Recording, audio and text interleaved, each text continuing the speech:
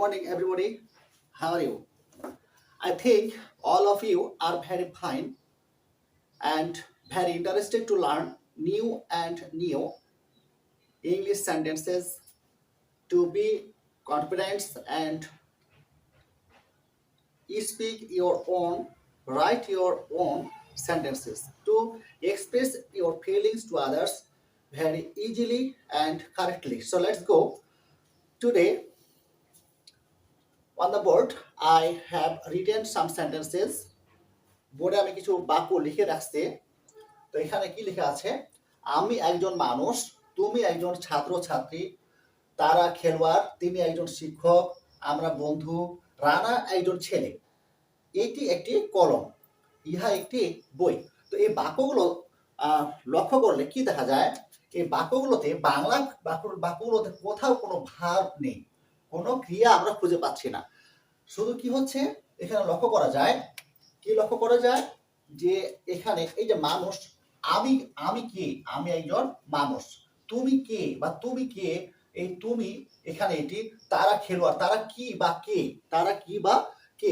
প্রত্যেকটি বাক্যকে একটি প্রশ্ন করলে উত্তরটি পাওয়া যাচ্ছে যে এখানে সাবজেক্টটা সম্পর্কে, অর্থাৎ এখানে এটি সম্পর্কে কিছু একটা বলছে, সে কেমন বা কি একটা।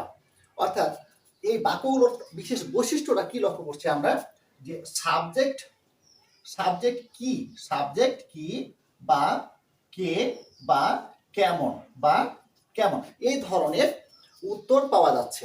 অর্থাৎ সাবজেক্টকে কি বা কে বা কেমন এগুলো দ্বারা যদি প্রশ্ন করা যায় তাহলে আমরা সাধারণত কি পাচ্ছি, একটি নাউন পাবো অথবা একটি অ্যাডজেক্টিভ পাবো অথবা একটি অ্যাডভার্ব পাবো, এইগুলো একটা উত্তর পাবো। তো বাংলা বাক্যগুলোতে আমরা কি পাচ্ছি না, আমরা কোনো ক্রিয়া পাচ্ছি না। প্রতিটি ক্ষেত্রে, বর্তমানের ক্ষেত্রে আমরা কি পাচ্ছি, হয় বা হওয়া। অর্থাৎ আমি হই একজন মানুষ, তুমি হয় একজন ছাত্র, তারা হয় খেলোয়াড়, এই ধরনের ভার্বগুলো চলে আসছে। তো এই প্রত্যেকটি ক্ষেত্রে ইংরেজি বিষয়গুলো চলে যাচ্ছে কি বি, অর্থাৎ বি মানে হওয়া, যেটি বাংলা বাক্যে সাইলেন্ট থাকে, কিন্তু ইংরেজিতে এটি ক্লিয়ারলি চলে আসছে।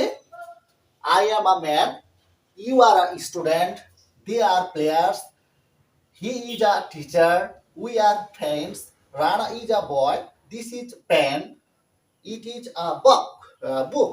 So লক্ষ্য করো, ইংরেজি বাক্যের ক্ষেত্রে প্রতিটিতে এই বি ভার্বটি স্পষ্ট, কিন্তু বাংলা বাক্যের বাংলা বাক্যে এই হওয়ার শব্দটি হচ্ছে, হওয়ার শব্দটি কি আছে, সাইলেন্ট আছে। এই সাইলেন্টটিকে আমরা কোন কোন ক্ষেত্রে ইউজ করব, কিভাবে আমরা প্রকাশ করব, সেটি আজকে আলোচ্য বিষয়। তো চলো দেখা যাক, একটু আলোচনা করে যায়।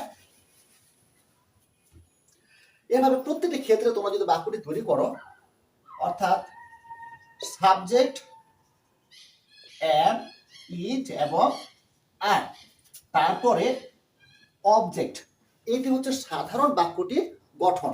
সাধারণ বাক্যটির গঠন কেমন, এম, ইজ এবং আর, তারপরে অবজেক্ট, প্রতিটি ক্ষেত্রে এটি আসবে। এখন কখন আমরা এম ইউজ করব, কখন ইজ ব্যবহার করব, আর কখন আর ব্যবহার করব। লক্ষ্য করো, সাবজেক্ট যদি শুধুমাত্র আই হয়, অর্থাৎ সাবজেক্ট যদি আমি হই, তাহলে হবে কি এম, আবার সাবজেক্ট যদি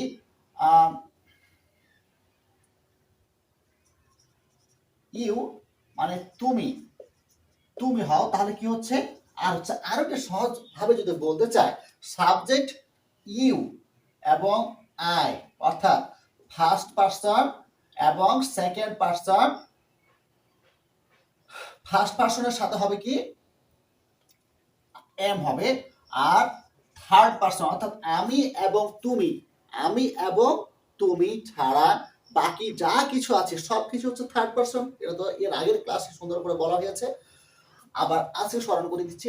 আমি এবং তুমি, এগুলো হচ্ছে, আমি হচ্ছে ফার্স্ট পারসন, আমরা হচ্ছে ফার্স্ট পারসন, তুমি বা তোমরা হচ্ছে সেকেন্ড পারসন, আর আমি এবং তুমি, আমরা এবং তোমরা বাদ দিয়ে বাকি পৃথিবীতে যা কিছুই আছে সবকিছু হচ্ছে থার্ড পারসন। সো এই থার্ড পারসন গুলোর মধ্যে যদি একটি বোঝায় অর্থাৎ তাহলে কি হচ্ছে সিঙ্গুলার হচ্ছে, তাহলে ওটাকে আমরা বলি সিঙ্গুলার নাম্বার, অর্থাৎ থার্ড পারসন সিঙ্গুলার নাম্বার হলে হবে ইজ এবং বাকি প্রত্যেকটি ক্ষেত্রে হবে কি আর। তাহলে দুইটি কথা, একটা হচ্ছে আই এর ক্ষেত্রে হচ্ছে এম এবং থার্ড পারসন সিঙ্গুলার নাম্বার হলো হচ্ছে ইজ, এবং প্রত্যেকটি সাবজেক্টের সাথে আমরা ব্যবহার করব আর। এভাবে বাক্যগুলো তৈরি করতে হচ্ছে। তো চলো আবার আমরা আরো কিছু বাক্যগুলোকে আবার মিলিয়ে নিই। আমি একজন মানুষ, এখানে আমি কে, মানুষ সম্পর্কে বলছে যে আমি মানুষ, আমি সম্পর্কে বলছে এটা হচ্ছে মানুষ। তুমি কে বা তুমি কি, তুমি হচ্ছে একজন ছাত্রছাত্রী। এই ক্ষেত্রগুলোতে কি হচ্ছে তাহলে লক্ষ্য করো, এখানে আই ছিল সাবজেক্ট, আই এর জন্য কি হলো আমি, I am a man. You হচ্ছে কি সেকেন্ড পারসন, এখানে কি আসছে আর আসছে। দে থার্ড পারসন, কিন্তু এটা হচ্ছে কি প্লুরাল নাম্বার, মানে একের বেশি বোঝানো হচ্ছে, এই জন্য এখানে হলো কি আর। হি থার্ড পারসন এবং এটা কি একজনকে বোঝাচ্ছে, এই জন্য এখানে কি হলো ইজ হয়েছে। উই ফার্স্ট পারসন প্লুরাল, এই জন্য কি হয়েছে আর হয়েছে। রানা থার্ড পারসন কিন্তু একজন, এই জন্য কি হয়েছে ইজ হয়েছে। দিস থার্ড পারসন, এটা তো আর আমি এবং তুমি মধ্যে পড়ছে না, দিস, তো এটা হচ্ছে কি থার্ড পারসন, এর জন্য কি হবে ইজ হবে। ইট এটু এটিকে থার্ড পারসন এবং একটি বোঝাচ্ছে, এই জন্য এখানে কি হচ্ছে ইজ হয়েছে।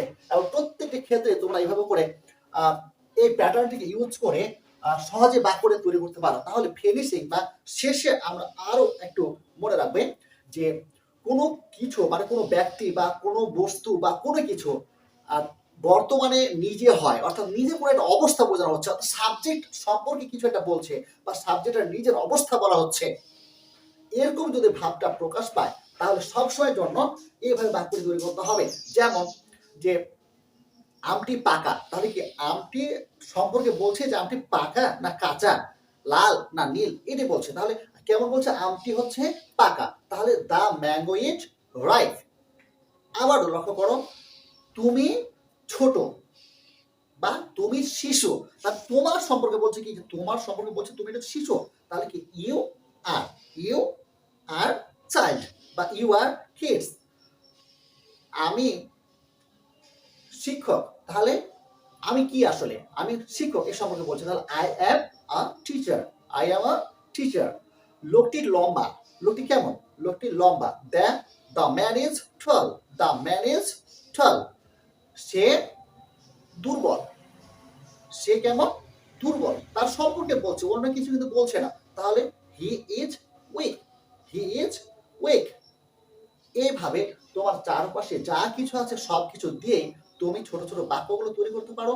সো খাতায় লিখো তুমি ছোট ছোট বাক্যগুলো যে কি হয়, এইভাবে ছোট ছোট বাক্যগুলো তৈরি করবে এবং ইংলিশ ট্রান্সলেশন করবে এবং প্রয়োজনে আমার সাথে শেয়ার করতে পারো। পরবর্তী ক্লাসে আমরা আবার অন্য একটা বিষয় নিয়ে কথা বলবো। আর তো সে পর্যন্ত তোমরা সবাই প্র্যাকটিস করো এবং কনফিডেন্স তৈরি করো। তোমরা তোমার বাবার সাথে, তোমার মার সাথে বা যারা প্যারেন্টসরা আছেন তারা তাদের ছেলে মেয়েদের সাথে বা যারা আছেন তারা তাদের ফ্রেন্ডের সাথে, সকলের সাথে এই ছোট ছোট বাক্যগুলো প্র্যাকটিস করতে ভুলবেন না। সো সবাই ভালো থাকেন, সুস্থ থাকেন এবং প্র্যাকটিস করতে থাকেন, ইংলিশকে নিজের মতো করে তৈরি করে নেন। I will help you.